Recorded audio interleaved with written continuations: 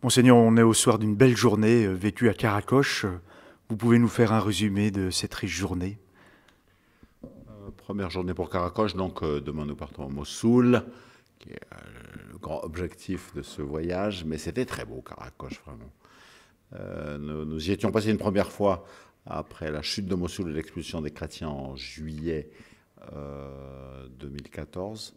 J'ai déclaré qu'on ferait ce jumelage entre Lyon et Mossoul, auquel on a été fidèle et qui a eu des suites complètement inattendues ou imprévisibles à l'époque, mais franchement merveilleuses, de collaboration, d'engagement, de quantité de Lyonnais, hein, chrétiens ou non d'ailleurs, matériel pour des constructions de logements, d'écoles, de centres de soins, etc.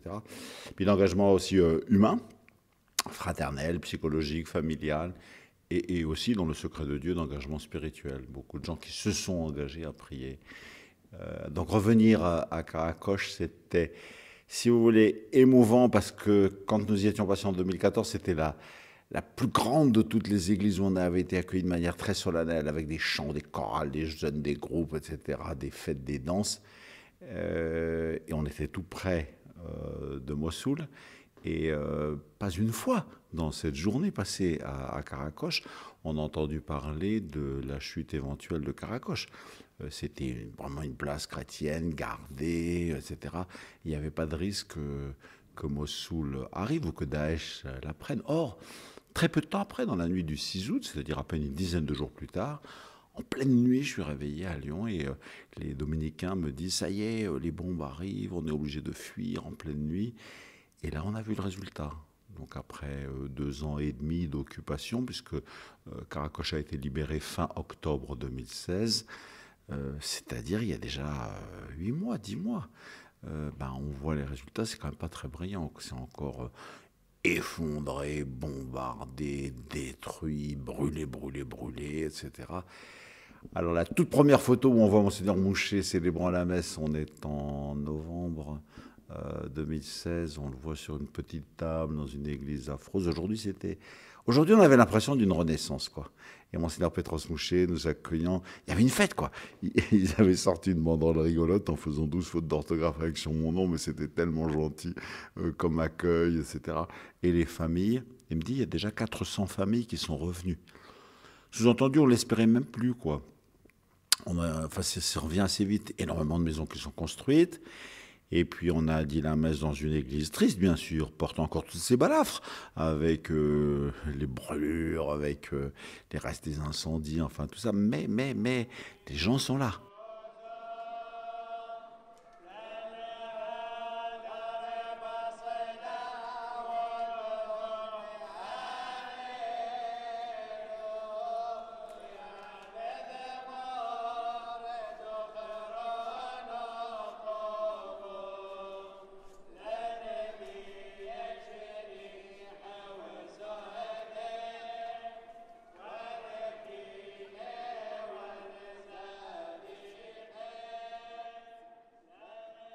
Et puis alors après, donc on a partagé le repas chez Monseigneur Mouchet, dans sa maison.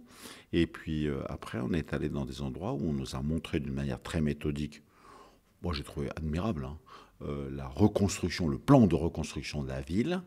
C'est-à-dire toutes les maisons ont été répertoriées, 7000 maisons, je crois, si mes souvenirs sont bons, bien divisées en quartiers. Quand les gens sont décidés à revenir, ils demandent de l'aide, on va vous reconstruire votre maison. On fait vraiment un accord entre la famille, les ONG qui vont payer, les architectes qui vont travailler, etc.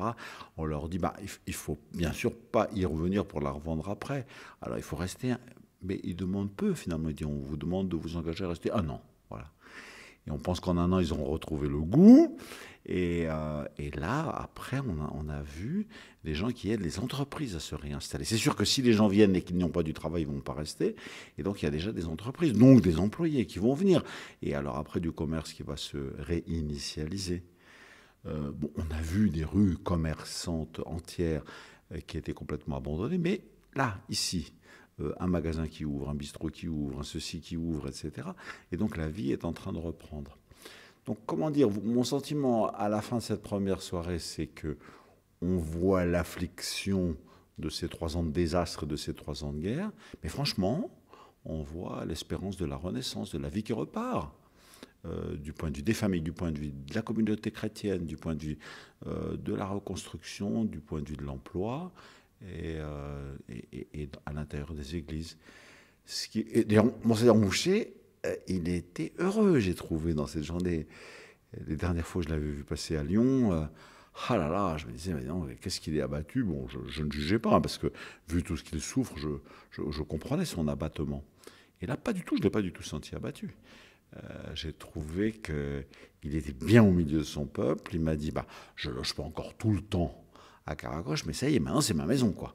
Alors il fait l'aller-retour entre son église syriaque catholique à Erbil, dans le quartier d'Ankawa, l'école, donc l'école Saint-Irénée, elle est construite pour 900 élèves, qui sont d'ailleurs des Syriaques, des Chaldéens, des musulmans, etc., qui est un peu comme une école de quartier. Mais le bon ange gardien, c'est Monseigneur Mouchet, quoi.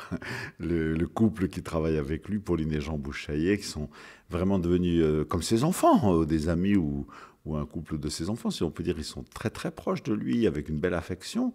Et il y a un très beau travail qui se fait. Mais maintenant, on voit que l'installation de sa vie, de sa maison, de son travail, de son engagement pastoral, c'est à Caracoche. Ça, c'est joyeux.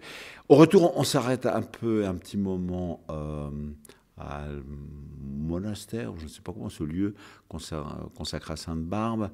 Et on nous montre comment Daesh avait construit des souterrains partout, etc., pour faire des réseaux entre Mossoul, Caracoche, Karamlès, etc., qui ne soient pas visibles de toutes les avions, de toutes les inspections qui pouvaient être faites.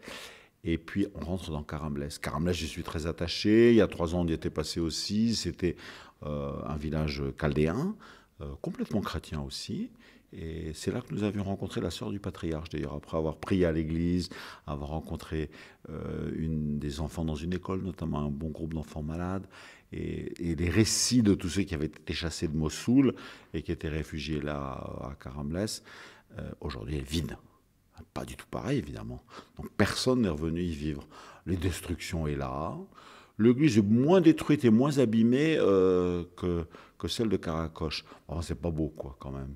Et puis, mais malheureusement, il n'y a pas du tout de vie, quoi. Donc on est allé, on a prié pour que les chrétiens puissent y revenir, on a prié pour que l'espérance puisse renaître aussi en ce lieu.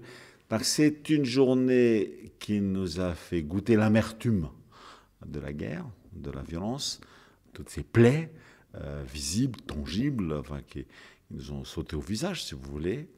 Mais c'est une journée au soir de laquelle moi je suis assez heureux, quoi, rempli de confiance. Je me dis, bah, on a bien bossé nous aussi, en le soutenant comme on pouvait. De loin, bon, on a accueilli ceux qui arrivaient à Lyon dans les conditions les meilleures, parce qu'on le leur devait, évidemment, faire attention à eux. Et on s'est aussi beaucoup fatigué c'est un jumelage très vivant, pour qu'ils puissent rester chez eux dans des conditions pas trop indignes, malgré les souffrances qui s'accumulaient. Ben, j'ai envie de dire merci à tous les Lyonnais, quoi, parce que je trouve que c'est un beau témoignage, et c'est du beau travail qui a été fait.